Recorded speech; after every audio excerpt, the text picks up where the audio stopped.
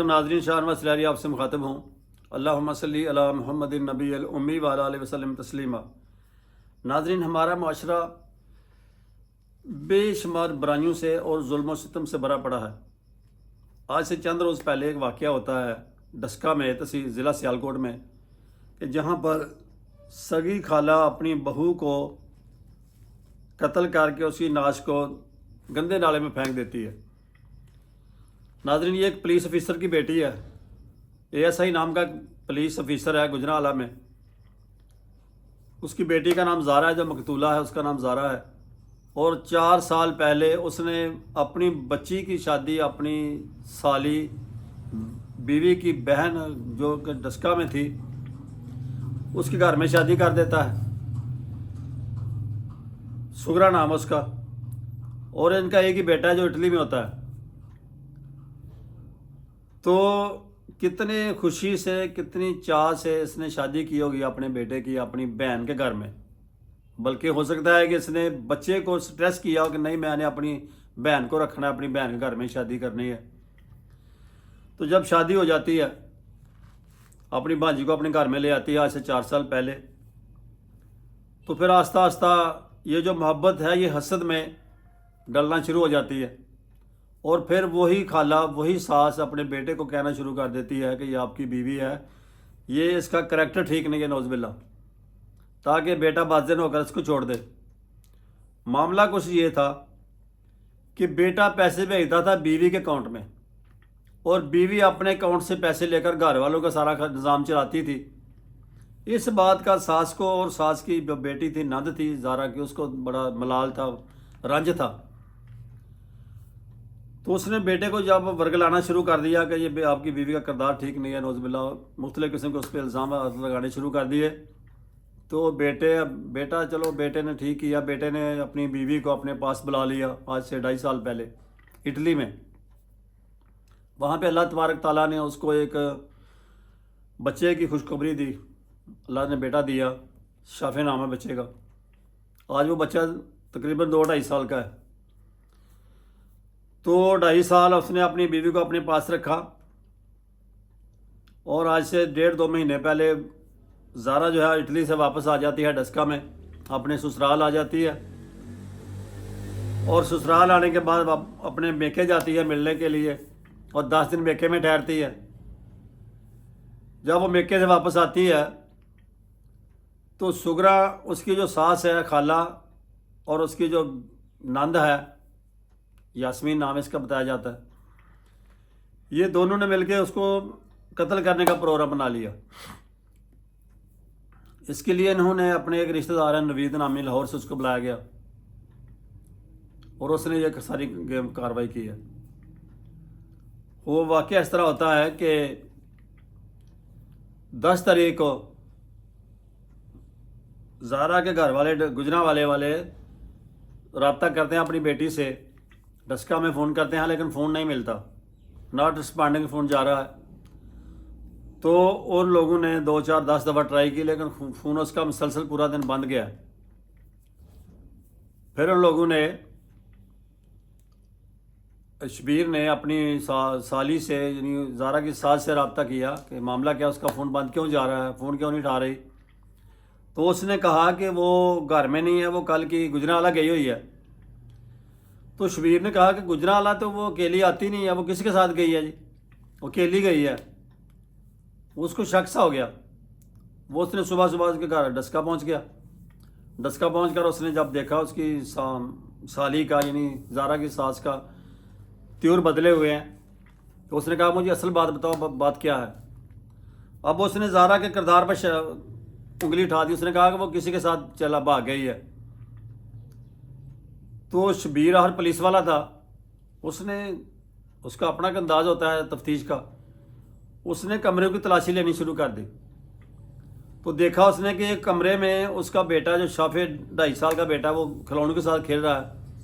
اب اس نے کہا کہ مجھے یہ بتا کہ اگر وہ جاتی گجرانوالہ تو بچے کو ساتھ لے کے جاتی۔ اس نے کہا آئیں بائیں شائیں کرنی شروع کر دی، مجھے تنگ نہ کرو، مجھے ڈسٹرب نہ کرو، جاؤ اپنا کام کرو۔ تو وہ سیدھا تھانے آ گیا، موترا تھانہ لگتا ہے ان کو قریب ہی، وہ تھانے میں آتا ہے، تھانے میں آ کے وہ رپورٹ لکھاتا ہے کہ ایسے ایسے مجھے شک ہے میری بچی کو انہوں نے قتل کر دیا. تو پولیس والے فوری طور پر، اور وہ بھی پولیس والا تھا، اس کا اثر و رسوخ بھی تھا اور تعلق بھی تھا، اس نے فوری طور پر لیڈی کانسٹیبلز کو بھی ساتھ لیا اور پولیس کو لیا، تفتیشی کو ساتھ لیا، پولیس کو لیا، اور فوری طور پر وہاں پہ پہنچ گئے، گھر میں پہنچ گئے. جب گھر میں جا کے ماں بیٹی کو تھوڑا سٹریس کیا، پولیس نے ڈالے میں بٹھا لیا، پولیس گاڑی میں بٹھا لیا، تو پھر وہ بول پڑی سغرا جو تھی، اس کی ساز تھی زارا کی، کہ ہم نے اس کو قتل کر دیا ہے اور لاش اس کی باہر پھینک دی ہے. ناظرین، ہوا یوں کہ ان لوگوں نے زارا کو، بہو کو قتل کرنے کے لیے لاہور سے آدمی کو بلایا، ان کا رشتہ دار تھا، اس کو لالچ دیا، اس کے بیان کے مطابق اس کو لالچ دیا گیا کہ آپ کو اٹلی لے جائیں گے، آپ نے اس کو قتل کرنا اور ہم یہ کہہ دیں گے کہ کسی کے ساتھ بھاگ گئی ہے اور آپ کا پتہ بھی نہیں چلے گا.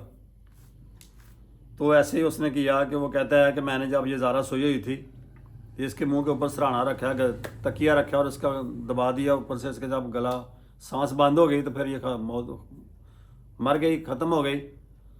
تو پھر لاش کو ٹھکانے لگانے کے لیے ان لوگوں نے لاش کے ٹکڑے کیے تاکہ اس کو بند کر کے بوری وغیرہ میں یا توڑے وغیرہ میں، پیکٹ وغیرہ میں باہر پھینک دیں. ان لوگوں نے اس کے 5 بوری میں اس کو بند کیا. اب شناخت مٹانے کے لیے لوگوں نے اس کا سارا گردن سے، جسم سے جدا کیا، اس کے بال جلائے گئے چولہا جلا کر، اور اس کا گوشت پوری طرح اس کو جلا دیا گیا، چہرے کا گوشت کو، تاکہ اس کی شناخت نہ ہو سکے. اب یہ 5 تھیلوں میں پیکٹ بنا کر، گوشت جسم کے ٹکڑے بنا کر، وہ نوید نامی جو تھا وہ تو بھاگ گیا کہ میں تو لاہور جا رہا ہوں، اب باپ کا کام جانے اور آپ جانے. وہ چلا گیا. پھر اس عورت نے اپنے نواسے کو ساتھ لیا، سغرا نے، اور موٹر سائیکل میں بیٹھ کر اس کو نالے وغیرہ میں ادھر ادھر پھینک کے تو لاش کو ٹھکانے لگا دیا. لیکن صبح جب اس کا والد آیا اور ان کو تھانے لے کر چلا گئے تو پھر ساری کی ساری بات ظاہر ہو گئی. اب جیسے جیسے تفتیش ہوگی، جیسے جیسے یہ باتیں کھلتی جائیں گی، تو ناظرین ہوتا یہ ہے کہ ہم لوگ کچھ دیر کے بعد مدم پڑ جاتے ہیں کہ یار یہ ہے وہ ہے. وہی لوگ جو پہلے مقتول کے ساتھ ہوتے ہیں، وہ 2 ہفتے 2 3 4 کے بعد وہ قاتل کے ساتھ جا کے بیٹھ جاتے ہیں کہ چلو یار کچھ آپ کا سوچتے ہیں. لیکن ادھر معاملہ کچھ اور ہے، کیونکہ ادھر مدعی مقتولہ کا سگا باپ ہے، اس لیے وہ ان پہ ترس نہیں کھائے گا. جو لاہور سے آیا تھا اٹلی جانے کے لیے، اس کو یہ نہیں پتا کہ اٹلی کا تو ویزا لینا پڑتا ہے، پتہ نہیں 6 مہینے لگ جائیں، سال لگ جائے، 2 سال لگ جائیں.